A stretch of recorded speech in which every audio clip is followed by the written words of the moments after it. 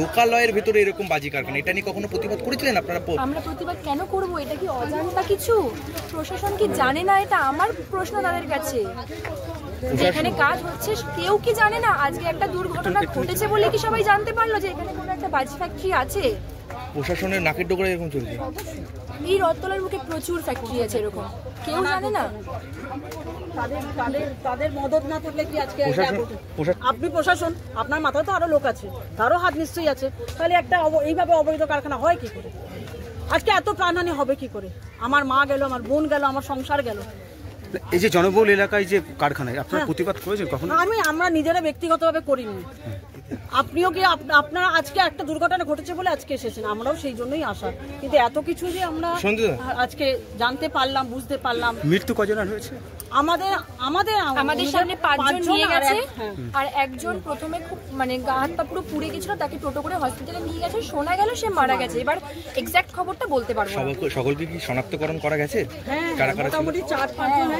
তারা কি মহিলা ছিল? সকলেই কি মহিলা? একজন ছেলে ছিল, একজন পুরুষ ছিলেন, বাকি 4 জন মহিলা ছিলেন। আপনার নাম? সুপর্ণা দাস, 20 নম্বর ওয়ার্ডের বাসিন্দা।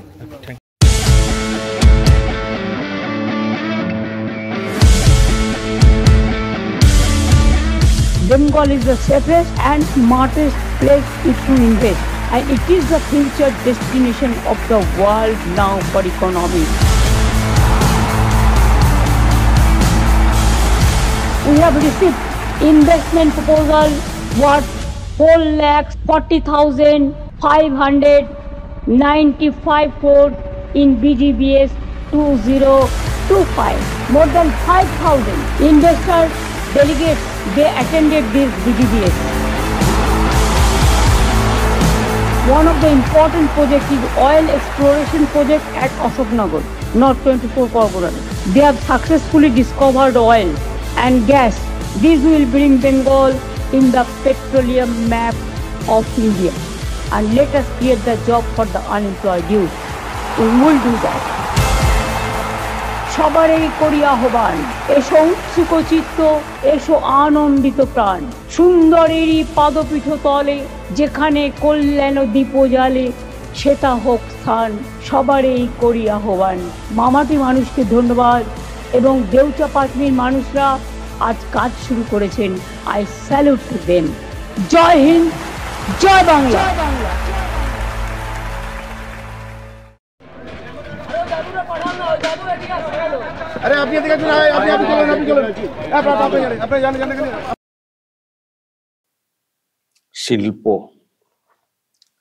শিল্প কোটি কোটি টাকার বিনিয়োগ নাকি হয়েছে, আরো সব হবে।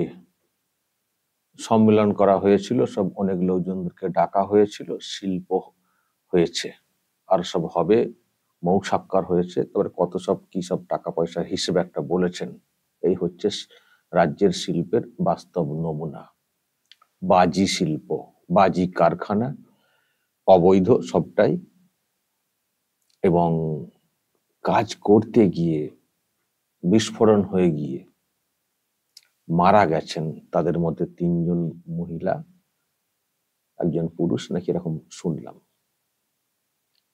মারা গেছেন। এবং এ মানে বিভৎস ঘটনা, বুঝতেই পারছেন। তো মারা গেছেন মহিলা, পুরুষ। এই হচ্ছে রাজ্যের শিল্পের নমুনা। কি শিল্প আছে? চপ শিল্প ওদিকে, আর এদিকে বাজি শিল্প। সেখানে জীবনের ঝুঁকি নিয়ে কাজ করতে হয়, কখনো কখনো প্রাণ চলে যায়, বিস্ফোরণ ঘটে। একটা না, একাধিক ক্ষেত্রে এই নমুনা তৈরি হয়েছে। যখন ঘটে তখন বড় বড় সব কথা শুনি, এইসব কারবার কেন রয়েছে, চলবে না, অবৈধ বাজি কারবার চলবে না, অমুক তমক। অবৈধ বৈধ বাজি বারুদ নিয়ে কাজ, আবার কিসের নিরাপত্তা? আর এগুলো তো খুবই খারাপ অবস্থা। যদি বা কোথাও অনুমতি নিয়ে কারখানা হয়ে থাকে, সেখানে হয়তো ফায়ার সেফটি মেজার্স ইত্যাদি সব মানে অগ্নি নির্বাপক ব্যবস্থা থাকে হয়তো খানিকটা। আর এখানে তো কিছুই নেই, কিছু নেই, তাতেও চলতো। তারও কারণ আছে কেন চলতো। এমন একটা জায়গাতে এটা, সেখানে নাকি দমকলের গাড়ি ঢোকে না, ওই কল টিপে জল তুলে আটকলে, মানে পুকুর থেকে বা পুকুরে ছিল কি, মানে ওই নিয়ে আর কি কোন রকমে নেভানো, পুরো অবৈধ মানে কাজ কারবার, কিন্তু চলতো।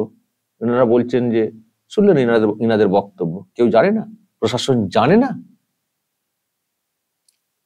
এত মানে এরকম চলছে আর চলছে, জানবে না এটা হয় কখনো? সবই জানে প্রশাসন, এখন না জানার ভান করবে, সবই জানে। আসলে মাসোয়ারা, মানে যিনি মালিক থাকেন তার সঙ্গে মাসোয়ারা থাকে, এইসব কাজ হবে মাসে মাসে পৌঁছে দেবো।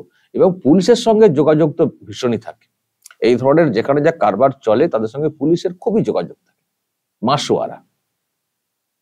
তো আজকে মহিলারা কাজ করতে বাধ্য হয়েছেন। লক্ষ্মীর ভান্ডারে যদি সংসার চলে যেত, তাহলে তার ওই জীবনের ঝুঁকি নিয়ে বাজি কারখানায় কাজ করতে তো হতো না। এটাও তো প্রমাণ করে। দিদি নাকি লক্ষ্মীর ভান্ডার দিচ্ছেন মহিলাদেরকে আর্থিকভাবে শক্তিশালী করার জন্য। তো কি হলো, লক্ষ্মীর ভান্ডারে যদি চলতো, তাহলে জীবনের ঝুঁকি নিয়ে বাজি কারখানাতে কি করে তারা কাজ করছিলেন? সব বড় বড় ফুটানি। এদিকে শুধু বলা হচ্ছে ইনভেস্টমেন্ট, কি বিজনেস সম্মেলন, সব কয়েকটা লোককে ধরে এনেছেন, ভালো করে খাওয়া দাওয়া হয়েছে শুনেছি, দিয়ে বড় বড় ভাষণ, শুধুই লক্ষ কোটির বিনিয়োগের গল্প। একটা করে সম্মেলন হয়, আবার একটা সম্মেলন চলে আসে, বিনিয়োগ কোথায় হয়েছে সেটা আমরা আর খুঁজে পাই না। এর আগের বার দাদার একটা কি শিল্প নিয়ে হবে বলে খুব ঢাক পেটানো হয়েছিল, মানে স্পেন থেকে ঢাক পেটাতে পেটাতে নিয়ে আসা হয়েছিল, আজও সেই শিল্প হয়নি, দেখতে তো পাইনি। এসব গল্প শোনান, আর আসল যে বিষয়টা, রাজ্যের মানুষ যেভাবে সংসার চালান জীবনের ঝুঁকি নিয়ে, এইরকম অবৈধ বাজি কারখানাতে কাজ করতে হয়, ঘরের লক্ষ্মীদেরকে এইভাবে প্রাণ হারাতে হয়। কি অবস্থা দর্শক। প্রিয় দর্শক, আমি শফিকুল ইসলাম এবং আপনারা দেখছেন আরামবাগ টিভি প্লাস। সব থেকে অবাক করা কি জানেন দর্শক, অবৈধ কাজ কারবার চলছে, আটকানো হচ্ছে না, কিন্তু যখন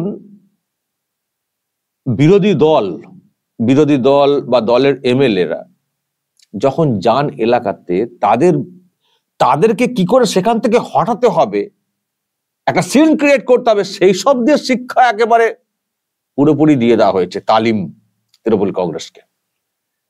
মানে আগে থেকেও দেওয়া থাকতে পারে, আর তাৎক্ষণিক বলে দেওয়া, ডিরেকশন দেওয়া যে বিরোধীদের ঘেঁচতে দেওয়া চলবে না, আমরা ফেলবো, আমরা মারবো, আমরা পড়াবো, সব করব, মানে যারা বিরোধী তাদেরকে ঘেঁচতে দেওয়া যাবে না।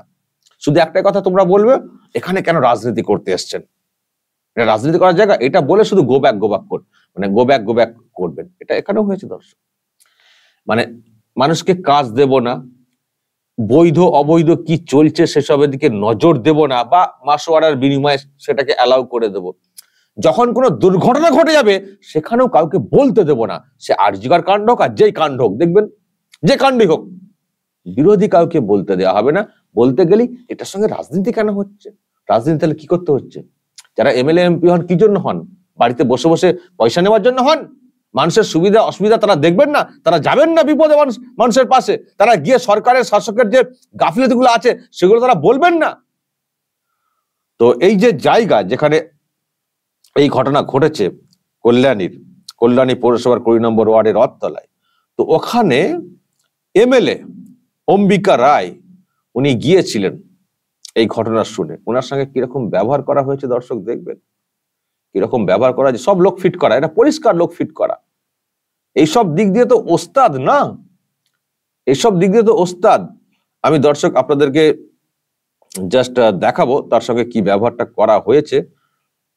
ওয়েট দর্শক, আমি এই যে দেখুন,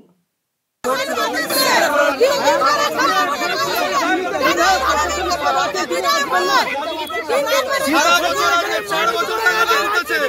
একদিনের জন্য রথতলা আসেনি। আজকে দাদা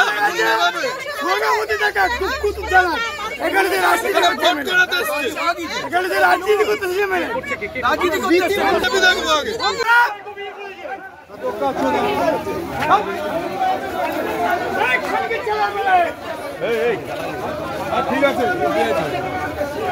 ওখানে নকশা মারাচ্ছে, মানুষ মরে গেছে সেটা দেখতে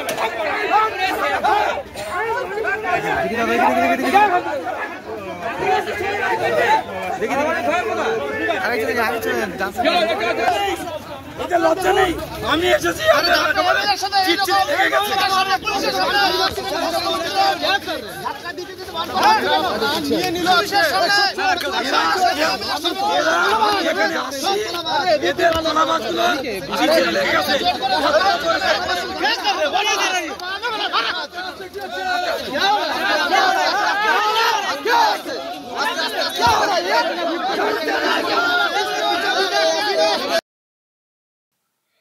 এই হচ্ছে দর্শক অবস্থা।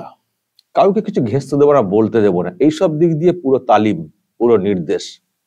বিজেপির এমএলএ কেন আসবে? আর কিছু হলেই দেখবেন দোষ দেওয়া শুরু হয়ে যায়, কিন্তু লোকালে যে দেখবেন অন্য দলের যারা আছেন তাদেরকে দেখতে দেওয়া হয়, তাদের কোনো কথা চলে, তাদেরকে একটা বৈঠক হয় মুখ্যমন্ত্রীর মানে প্রশাসনিক বৈঠক করতে জেলাতে, সেখানে পর্যন্ত বিরোধী দলের এমএলএ এমপিদেরকে ডাকা হয় না। এটা গণতান্ত্রিক সরকার চলছে, আর শুধু বড় বড় গল্প শোনাচ্ছেন, এই শিল্প সেই শিল্প, আর এদিকে ঘরের লক্ষ্মীরা জ্বলে পুড়ে শেষ হয়ে যাচ্ছেন।